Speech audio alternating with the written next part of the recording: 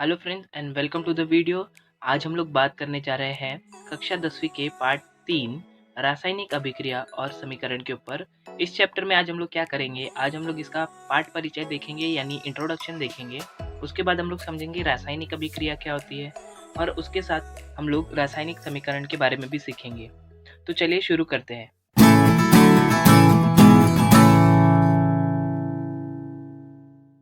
तो ये सारी चीज़ें समझने से पहले हम लोग थोड़ा बेसिक से स्टार्ट करते हैं, ठीक है। तो हम लोग पहले समझेंगे तत्वों और यौगिकों के बारे में। तत्वों और यौगिकों के अणु के प्रकार, ठीक है। एक यौगिक दो या दो से अधिक प्रकार के परमाणुओं यानी तत्वों से बना होता है, ठीक है। यौगिक किससे बने होते हैं? दो या दो से अधिक प्रकार के तत्वों से, ठीक है, जो अणु बनाने के लिए रासायनिक रूप से एक साथ क्या होते हैं, बंधे होते हैं। यौगिक बनाने के लिए तत्वों का संयोजन करने के लिए अरबों और अरबों अलग अलग तरीके होते हैं, ठीक है। यौगिक अलग अलग तरीके से बन सकते हैं।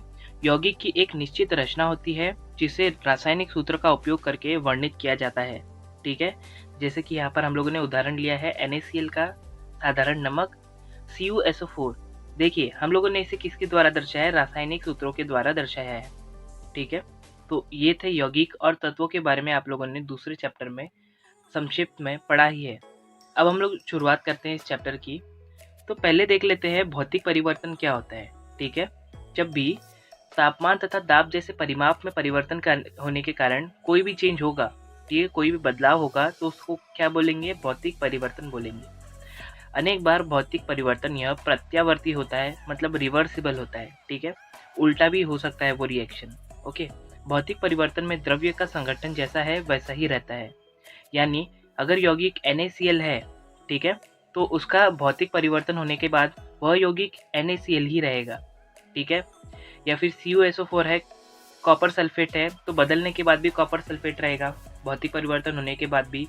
या फिर पानी का अणु है जैसे कि H2O, ठीक है, तो बदलने के बाद भी वैसा ही रहेगा, उसके अणु में कोई भी बदलाव नहीं आएगा, ठीक है। यहाँ पर एक उदाहरण है, बर्फ को गर्म करने पर उसका रूपांतरण पानी में होता है, वह पानी को ठंडा करने पर उसका रूपांतरण बर्फ में होता है, ठीक है। यहाँ पर जो परिवर्तन हो रहा है, बर्फ का पानी बनना और पानी का बर्फ बनना, ऐसे ही परिवर्तन को हम लोग क्या बोलते हैं? भौतिक परिवर्तन बोलते हैं, ठीक है। अब हम लोग देखेंगे रासायनिक परिवर्तन क्या होता है, ठीक है। रासायनिक परिवर्तन की प्रक्रिया में द्रव्य का संगठन बदलता है, ठीक है। इस प्रक्रिया में क्या होगा? द्रव्य का संगठन बदलेगा। और ऐसे ही अगर द्रव्य का संगठन बदलता है तो इस प्रकार के परिवर्तन को हम लोग क्या बोलते हैं? रासायनिक परिवर्तन बोलते हैं, ठीक है। जब कोई प्रक्रिया या घटना रासायनिक परिवर्तन है तो ऐसा हम कहते हैं तब संबंधित द्रव्य में कोई रासायनिक अभिक्रिया घटित होती है। जब भी किसी द्रव्य में, ठीक है, रासायनिक परिवर्तन होगा और हम लोगों को क्या मिलेगा? उससे कुछ प्रोडक्ट मिलेगा, ठीक है, हम लोगों को कुछ लाभ मिलेगा, तब हम लोग क्या बोलेंगे? वह रासायनिक अभिक्रिया है। रासायनिक परिवर्तन में भाग लेने वाले पदार्थों को अभिकारक या फिर अभिकारी पदार्थ कहते हैं, ठीक है। और इसके विपरीत जो हम लोगों को पदार्थ मिलता है उसे क्या कहते हैं? उत्पाद कहते हैं, ठीक है। तो यहाँ पर हम लोगों ने देख लिया रासायनिक परिवर्तन क्या होता है, ठीक है। अब हम लोग देखेंगे रासायनिक अभिक्रिया क्या होती है, ठीक है। अब हम लोग देखेंगे रासायनिक अभिक्रिया क्या होती है। एक रासायनिक प्रतिक्रिया एक प्रक्रिया है जो रासायनिक पदार्थों के एक प्रकार से दूसरे प्रकार में रासायनिक परिवर्तन की ओर ले जाती है, ठीक है। या फिर ऐसी प्रतिक्रिया जिसमें किसी पदार्थ का रासायनिक परिवर्तन होकर उत्पाद प्राप्त होता है, ठीक है।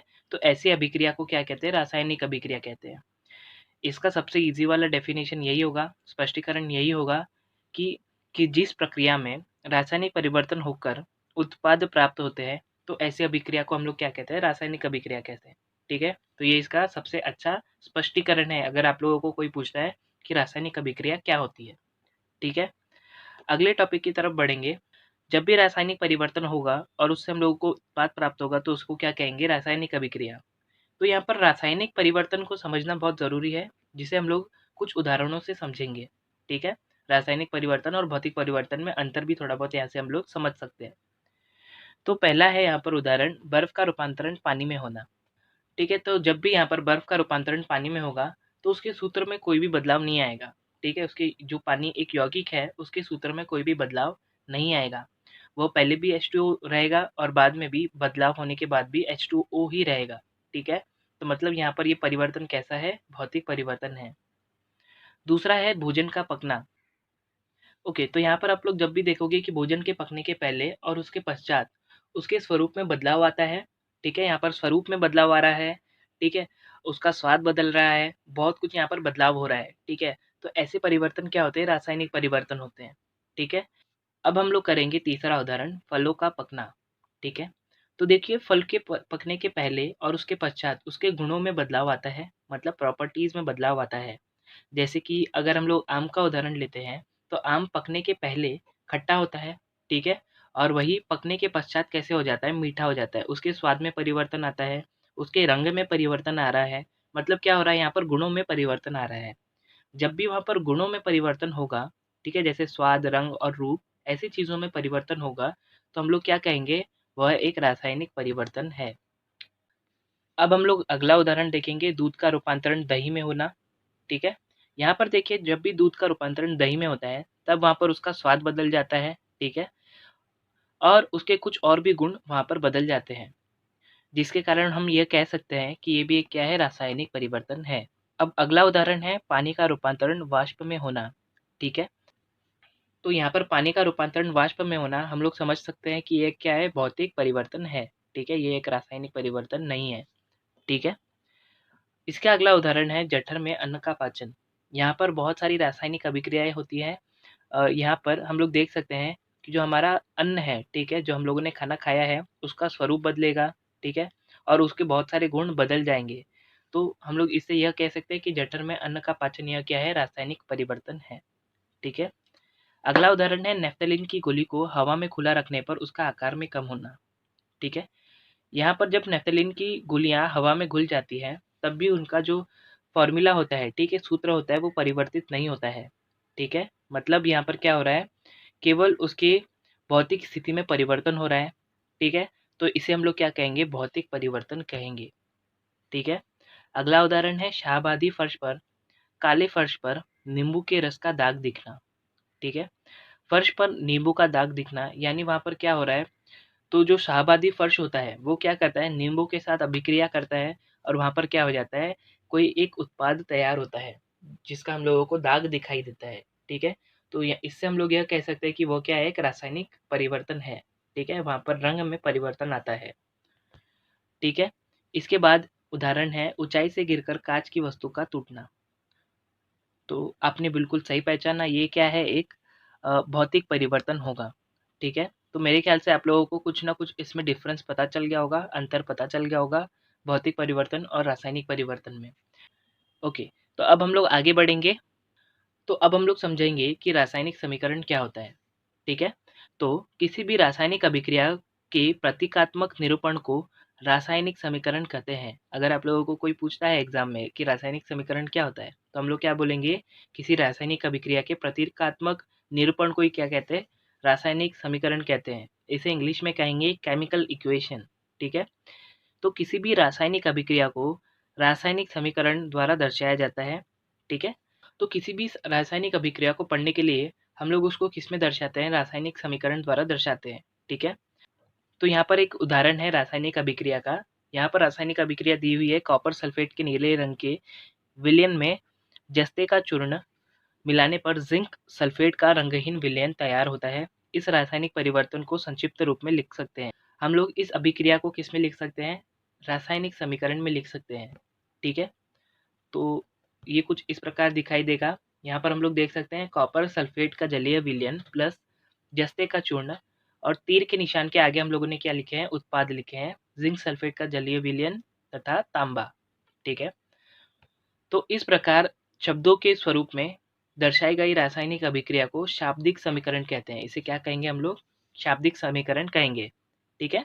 इस शाब्दिक समीकरण को और अधिक सूक्ष्म और संक्षिप्त रूप स्वरूप में रासायनिक सूत्रों के उपयोग से पुनः लिख सकते हैं, ठीक है? हम लोग इस समीकरण को, शाब्दिक समीकरण को और थोड़ा शॉर्टकट में लिख सकते हैं, ठीक है? तो वो कैसे लिखेंगे? कुछ इस प्रकार लिखेंगे। तो यहाँ पर हम लोगों ने कैसे लिखा है? यहाँ पर रासायनिक सूत्रों की मदद से लिखा है, ठीक है?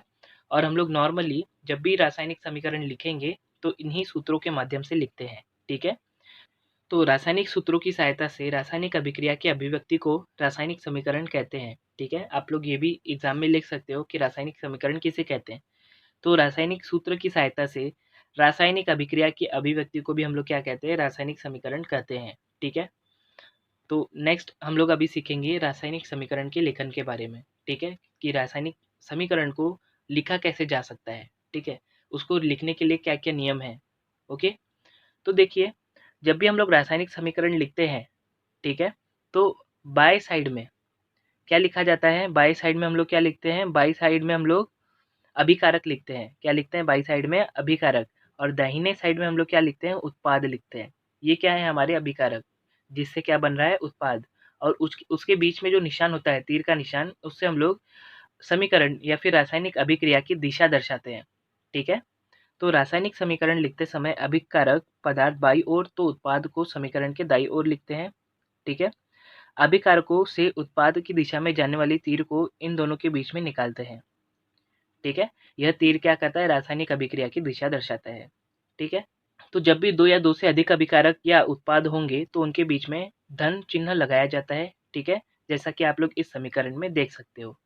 ठीक है, इसके अलावा अगर आप लोगों को उसकी भौतिक स्थिति दिखानी है, ठीक है, जितने भी उत्पाद और हमारा अभिकारक है, अगर आपको उसकी भौतिक स्थिति दर्शानी है, ठीक है, मतलब क्या होता है भौतिक स्थिति का, जैसे कि वो ठोस है, द्रव्य है या फिर गैस है, ऐसी स्थिति दर्शानी है तो हम लोग किसका उपयोग करते हैं, ऐसे चिन्हों का उपयोग करते हैं। जैसे कि यहाँ पर एस है, एस का मतलब हो गया सॉलिड, मतलब ये ठोस अवस्था में है। ठीक है, तो ऐसे ही गैसीय अवस्था के लिए जी यूज़ करते हैं, और अगर हमारा द्रव्य अवस्था में है तो वहाँ पर हम लोग एल का उपयोग करते हैं। एल का मतलब लिक्विड, जी का मतलब गैस, ठीक है, और एस का मतलब सॉलिड।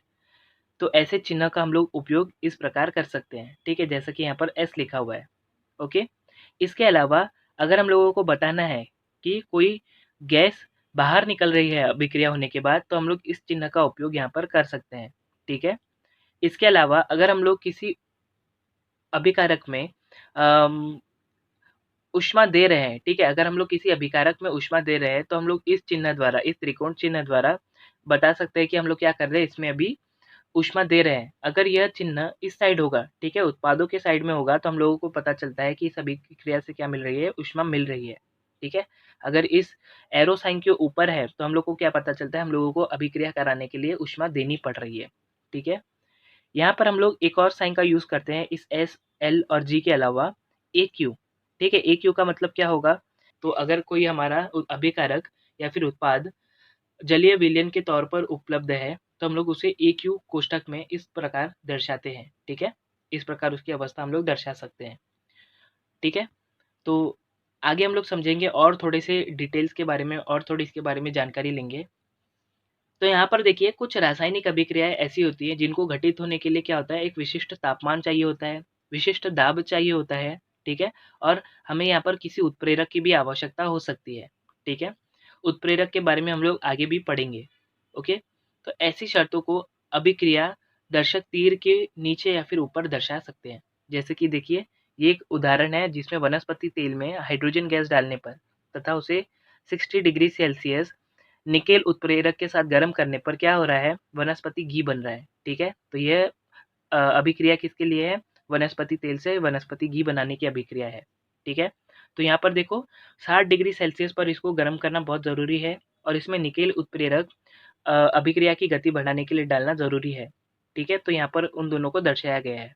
तो आज के लिए इतना ही दोस्तों, अगले वीडियो में हम लोग इस चैप्टर में आगे का डिस्कशन करेंगे, आगे इस चैप्टर को पढ़ेंगे। तो अगर आप लोगों को ये वीडियो अच्छा लगा है तो अपने दोस्तों के साथ शेयर कर लो, और हमारे चैनल को सब्सक्राइब कर दो। ठीक है, तो आज के लिए इतना ही। Thanks for watching this video.